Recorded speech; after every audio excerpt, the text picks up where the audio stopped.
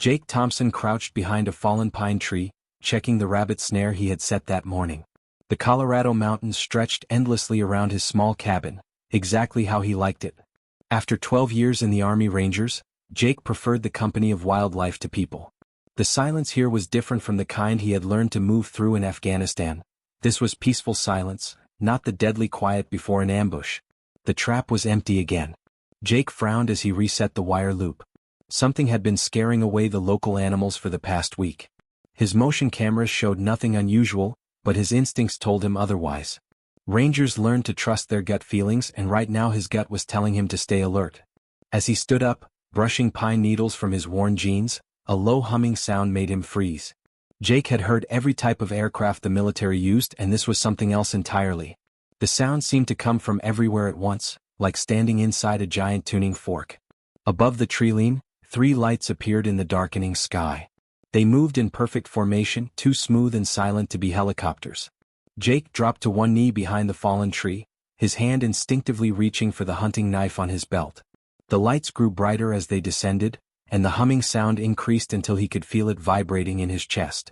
The craft that emerged from behind the mountain peaks looked like nothing Jake had ever seen. It was roughly triangular, but the edges seemed to blur and shift as if the metal itself was liquid. Strange symbols glowed along its surface, pulsing in rhythm with the humming sound.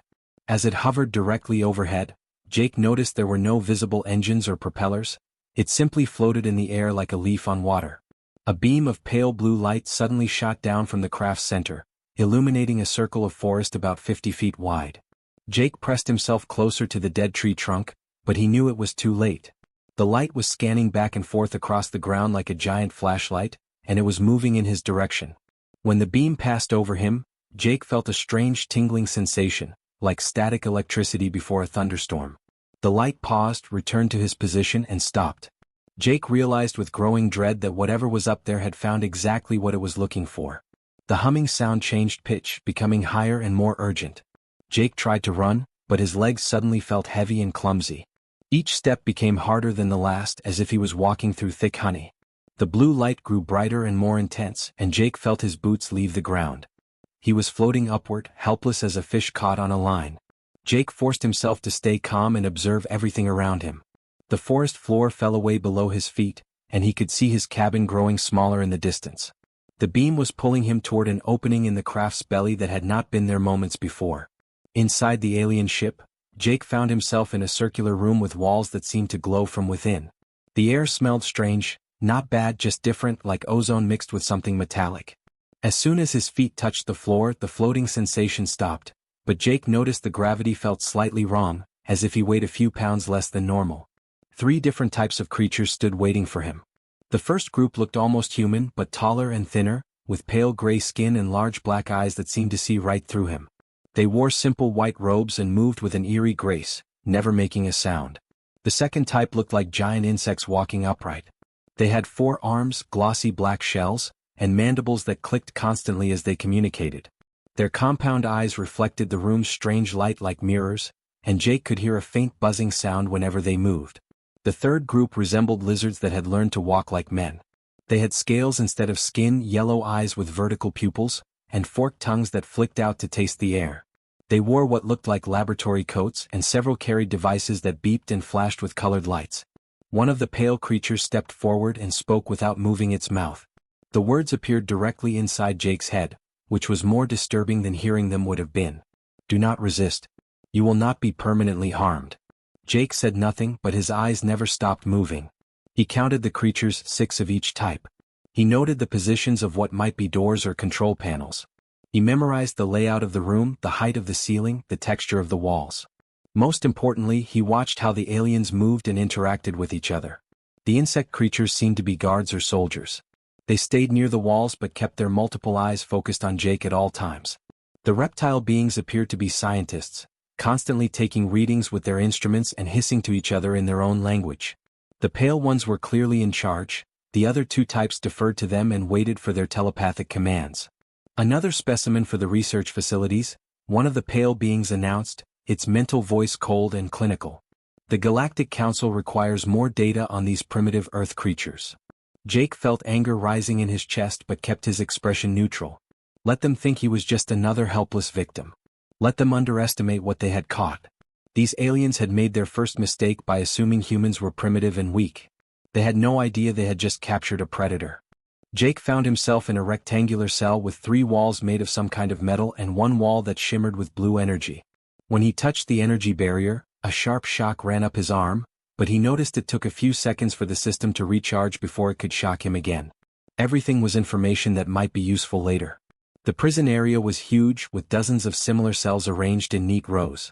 Jake could see other captives from many different worlds. Some looked almost human while others were completely alien.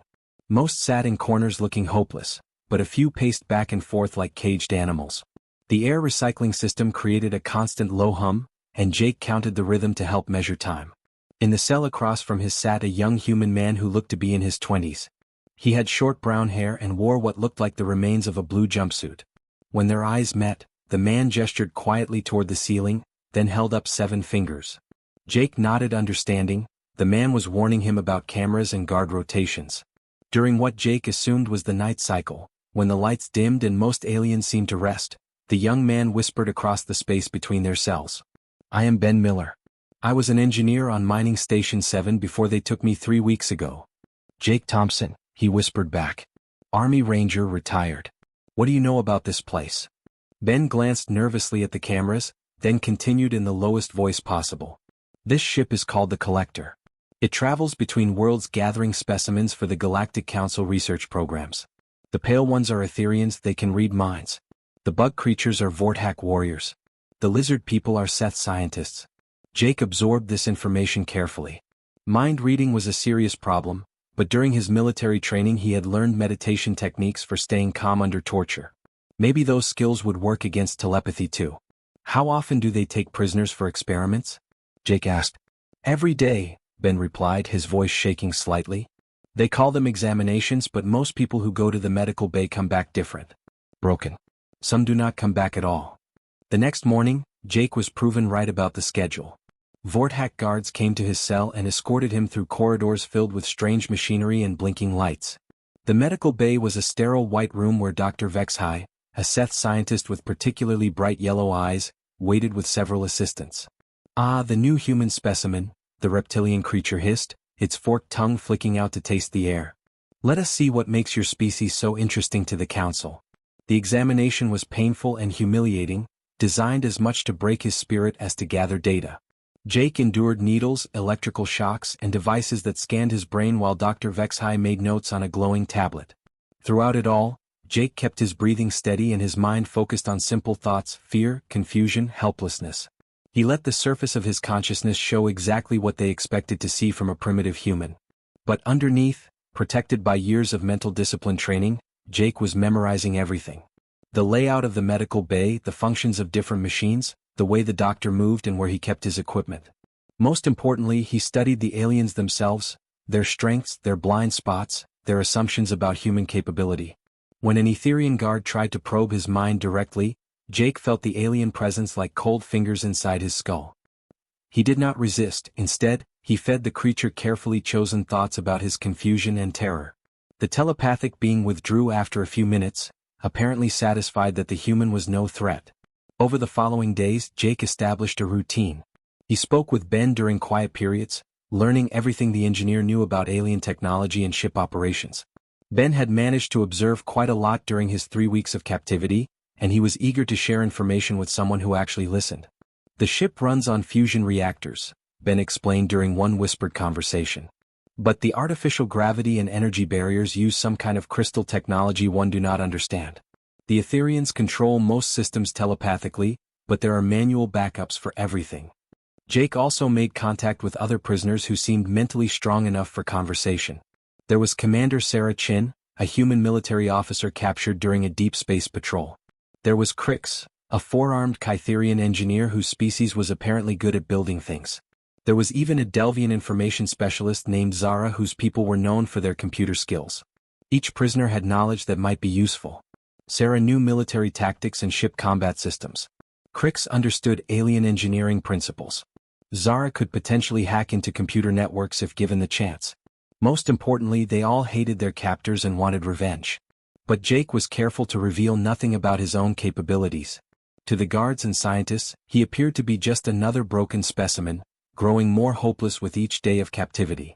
His fellow prisoners saw him as quiet and traumatized, someone who kept to himself and asked few questions. Only Jake knew that every moment of apparent defeat was actually preparation.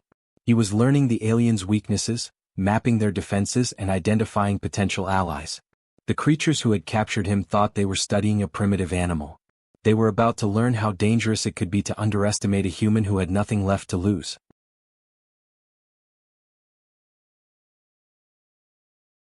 Jake had been aboard the alien ship for 3 weeks when everything changed. He had settled into the routine of daily examinations, learning more about his captors with each painful session. Dr. Vexhai seemed to enjoy causing suffering, often prolonging procedures just to watch human reactions. The Etherian guards remained coldly professional, while the Vorthak warriors treated prisoners like livestock. During his morning meal of tasteless gray paste, Jake heard unusual commotion in the corridor outside. Through the energy barrier of his cell, he could see Vorthak guards dragging 3 new prisoners toward the holding area. His blood ran cold when he recognized what they were, humans, and one of them was just a child. The first prisoner was a man in his 40s with graying hair and kind eyes, even though those eyes were filled with terror. He wore the torn remains of civilian clothes and kept trying to shield the small girl beside him.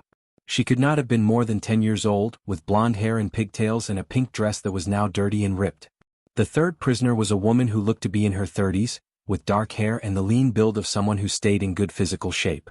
She walked with the controlled movements of someone trying very hard not to show fear, but Jake could see the rage burning behind her eyes.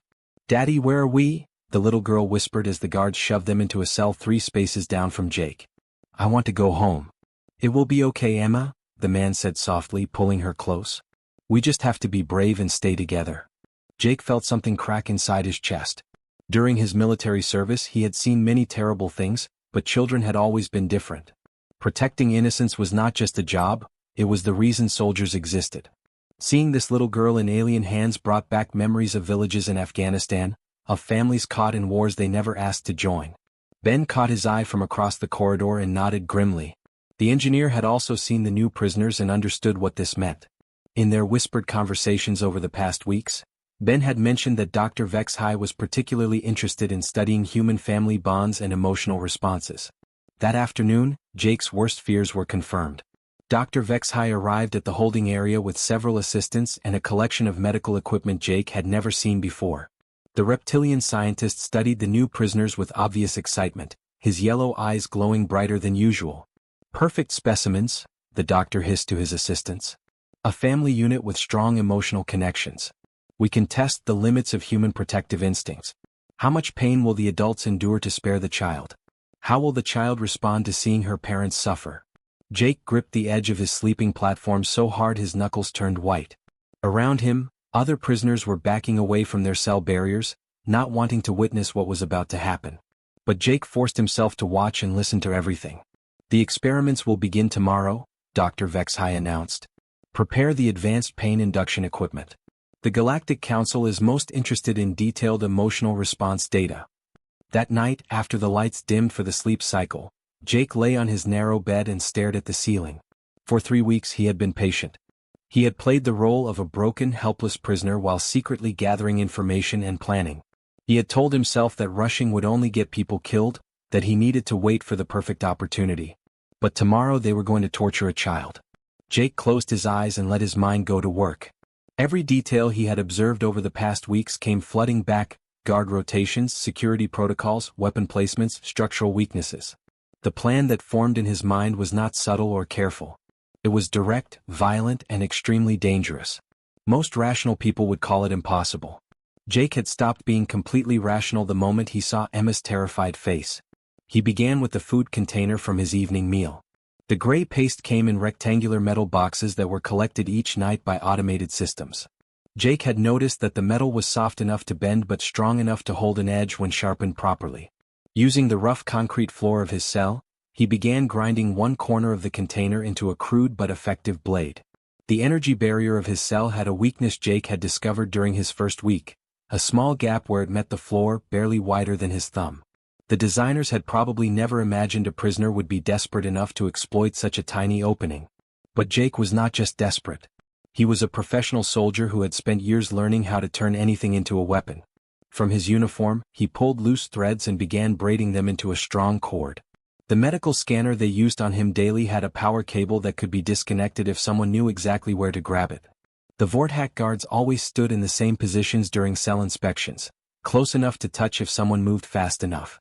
As Jake worked in the darkness, sharpening metal and planning each move, he felt the cold calm that had carried him through the worst moments of his military career.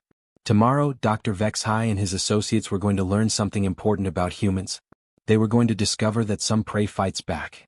Jake waited until the deepest part of the night cycle when most of the ship's crew would be resting. The corridor lights had dimmed to their lowest setting, and the constant hum of machinery created perfect cover for small sounds. He had been lying motionless for 2 hours, but his mind was completely focused. The first step was escaping his cell. Jake slid the sharpened food container through the tiny gap where the energy barrier met the floor. The metal sparked and hissed as it contacted the barrier's edge, but Jake had calculated the exact angle needed. After several careful adjustments, the makeshift blade found the power coupling he had observed during his weeks of captivity. The energy barrier flickered once, then died completely. Jake moved through the opening like smoke, his bare feet making no sound on the cold metal floor. Years of military training had taught him to move in absolute silence, and he used every skill he had learned. The first Vortak guard was standing near the main control panel, its compound eyes focused on a data screen. Jake approached from the creature's blind spot, moving with the patience of a hunter. The braided cord from his uniform went around the guard's neck before it could make a sound. Vortak were strong, but their exoskeletons had joints that could be exploited by someone who knew anatomy. The guard collapsed without raising an alarm. The alien's plasma rifle was heavier than Jake expected, but the firing mechanism was simple enough to understand. Jake checked the weapon's power level and smiled grimly. It was fully charged. Moving deeper into the ship, Jake made his way toward the armory Ben had described during their whispered conversations. 2 more Vortak guards died in silence, their weapons adding to Jake's growing collection. By the time he reached the weapons storage area, he was carrying 3 plasma rifles and had memorized the patrol routes of the remaining guards. The armory door was locked with both electronic and telepathic security, but Jake had prepared for this problem. During his examinations, he had carefully observed how Dr. Vexhai accessed secured areas. The reptilian scientist used a combination of coded signals and biometric scans that Jake could not duplicate, but there was always a manual override for emergencies. Jake found the maintenance panel Ben had mentioned and used his makeshift blade to pry it open. Inside was a maze of alien circuitry, but the basic principles were the same as human electronics. Find the power source, trace the connections, identify the weak points. After 15 minutes of careful work, the armory door slid open with a soft hiss. Inside were weapons Jake had never seen before, but also equipment he recognized from his examinations. Stun devices, restraint systems, and most importantly, the portable computers the guards used to monitor prisoner status. Jake grabbed everything useful and headed back toward the holding area. Ben was awake and waiting when Jake appeared at his cell. The young engineer's eyes went wide when he saw the plasma rifles, but he quickly helped Jake disable his energy barrier from the outside control panel. "How did you do this?" Ben whispered as he stepped out of his cell. "Later," Jake replied, handing him one of the rifles. "Right now we need to free the others and take control of this ship." They moved systematically down the corridor, releasing prisoners who could fight and giving them weapons from Jake's collection. Sarah Chin, the military officer, took charge of organizing the freed humans into tactical groups. Crix, the 4-armed engineer, began working on the ship's computer systems with help from Zara, the Delvian information specialist. But Jake's main focus was on the family with the little girl. When he opened their cell, the father stepped protectively in front of his daughter while the woman grabbed a metal food container as an improvised weapon. "It's okay," Jake said softly. "I'm human too. We're getting out of here." The man's name was Tom Wilson and his wife was Lisa. Emma, their daughter, peeked out from behind her father with curious eyes that reminded Jake why he was doing this. Children should never have to see the kind of violence that was about to follow, but sometimes violence was the only way to protect innocence. "Can you really get us home?" Emma asked in a small voice. "Yes," Jake replied and meant it. "But first we have to make sure these aliens never hurt anyone else." The ship's emergency alarms began wailing as the crew realized their prisoners had escaped. Jake heard the heavy footsteps of Vortak warriors running through distant corridors, and knew they had only minutes before facing organized resistance. Sarah, take your people and secure the engine room, Jake ordered. Crix, I need you to lock down all the doors between us and the crew quarters. Zara, can you access their communication systems? Already working on it, the Delvian replied, her fingers dancing over an alien control panel. I can block their distress signals, but not for long.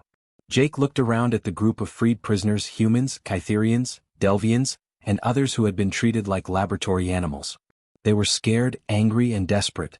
But they were also free and they had weapons. More importantly, they had something the Galactic Council had never expected to face.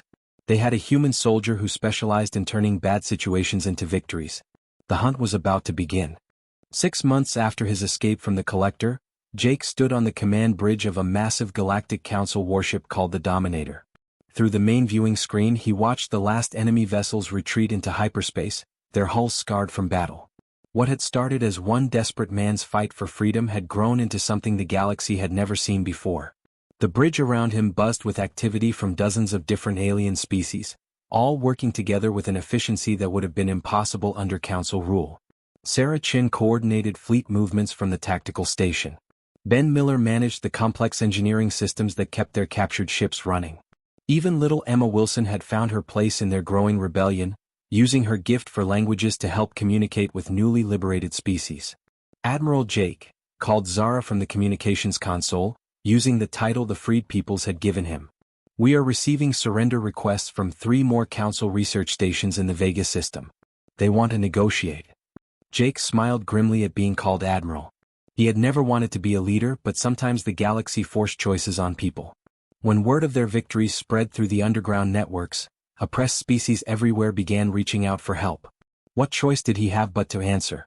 Tell them the terms are the same as always, Jake replied. Complete release of all prisoners, full access to their research data, and immediate surrender of all weapons. No negotiations. Through the months of fighting, Jake had learned that the Galactic Council's power came from one simple belief, that some species were naturally superior to others. The Etherians with their telepathy, the advanced technology of the core worlds, the military might of the Vordak Empire. They had ruled for over 1,000 years because everyone accepted this hierarchy as natural law. But Jake had proven something that terrified them. Intelligence was not about having the best technology or the strongest bodies. It was about adaptation, creativity, and the will to survive against impossible odds. Humans excelled at taking whatever they found and making it work better than anyone had imagined possible. The rebellion now controlled over 40 stolen Council ships, each one modified with improvements the original designers had never considered. Human engineers worked with Kytherian builders and Delvian computer specialists to create hybrid technologies that outperformed anything in the Council fleet. More importantly, they had taught other species to think like humans, to see problems as opportunities and to never give up when the situation seemed hopeless. Jake. Tom Wilson called from his position at the sensor station. The man had become an expert at reading alien detection equipment, another example of human adaptability. Long-range scans show Admiral Korthvan's command fleet jumping into the system. 47 ships, including 3 dreadnoughts. Jake nodded calmly. Korthvan was the Council's best military commander, an Etherian with centuries of experience who had never lost a major battle. 4 months, the alien admiral had been hunting Jake's forces with growing desperation as world after world slipped from Council control. How long until they reach us? Jake asked. 2 hours, Tom replied. Jake looked around the bridge at his unlikely crew. Humans and aliens working side by side, former slaves now commanding the most advanced warships in the galaxy. Emma was playing a strategy game with Crix's children, teaching them human tactics while learning Kytherian engineering principles. It was exactly the kind of cooperation the Council had spent centuries preventing. All ships, prepare for battle, Jake announced over the fleet communication system. Remember what we learned at the Kepler battle. Use their size against them. Think like humans, move like humans, fight like humans. The ensuing battle lasted 6 hours and changed the course of galactic history. Korthvan's massive fleet should have crushed Jake's smaller force through sheer firepower, but human tactics proved impossible for Council commanders to counter. Jake's ships moved in patterns that seemed random but were actually carefully coordinated. They struck from unexpected angles, retreated when logic demanded they attack, and regrouped in formations no military academy had ever taught. Most importantly, they fought with a unity of purpose the Council had never achieved. Every species in Jake's fleet was there by choice, fighting for freedom rather than conquest. When the Delvian ship Liberator took critical damage, 3 different vessels immediately moved to protect it. When Kytherian engineers needed more time to repair damaged systems, human pilots performed impossible maneuvers to buy them space. Admiral Korthvan's final transmission came as his command ship's engines failed and his escort vessels fled in panic. The ancient Etherian's mental voice carried disbelief and something Jake had never heard from Council forces before: respect. "This is impossible," Korthvan broadcast as his ship drifted helpless in space. "Your species barely invented spaceflight. You should not be able to defeat us." Jake opened a channel to the enemy admiral, his voice calm and steady. "You made the same mistake everyone makes about humans. You assumed that being primitive meant being weak. But we've been fighting for survival since we first walked upright. We've learned to turn every disadvantage into an advantage, every weakness into strength." As rescue pods launched from the dying Council ships, Jake watched species that had been enemies for millennia working together to save lives. The galaxy was changing and there was no going back to the old ways. Humanity had taught the universe something it had forgotten: that freedom was worth fighting for, and that no one was truly free until everyone was free.